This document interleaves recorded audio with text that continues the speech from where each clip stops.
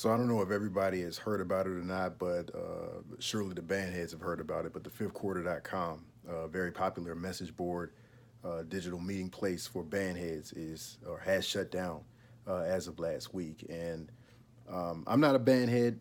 Didn't participate in band while I was at Morgan State University. But this is a pretty serious story to me. One, because it represents the closure of a very important outlet that represented a super important element of HBCU culture.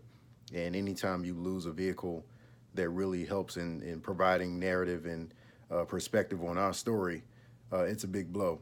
But second, and I think more importantly, it also represents um, a big challenge that African Americans have, and particularly the HBCU subsector of Black America has in really controlling our story and having controlling interest of our story.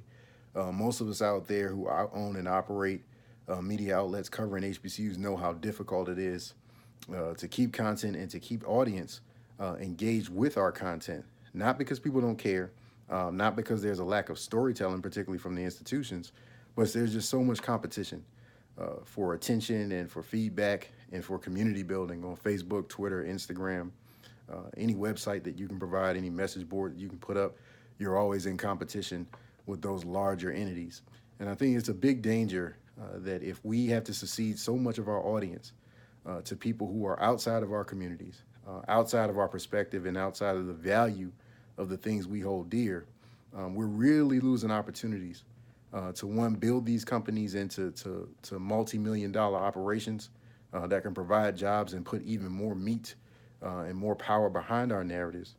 But we also stand a chance of losing a lot of that narrative. You lose a lot of the history and the perspective that you gain from generations of people operating and commenting on one platform or one area of community. So really sucks that the fifth quarter is no longer going to be here. But I hope it's an opportunity for Black folks, particularly in the sector, to take advantage and really say, what do we do to preserve some of these outlets? What do we do to make sure that we're preserving some of these places that tell our story in the way that it deserves to be told in voices that we can relate to and appreciate? So I hope you guys really take the time out to appreciate what the fifth quarter was all about. Really take the time out to appreciate those other outlets, HBCU Game Day, the Journal of Blacks in Higher Education, OnlyDan.com, along with the HBCU Digest, of course, that are really out here grinding to make sure that our story and our community is well represented. Peace.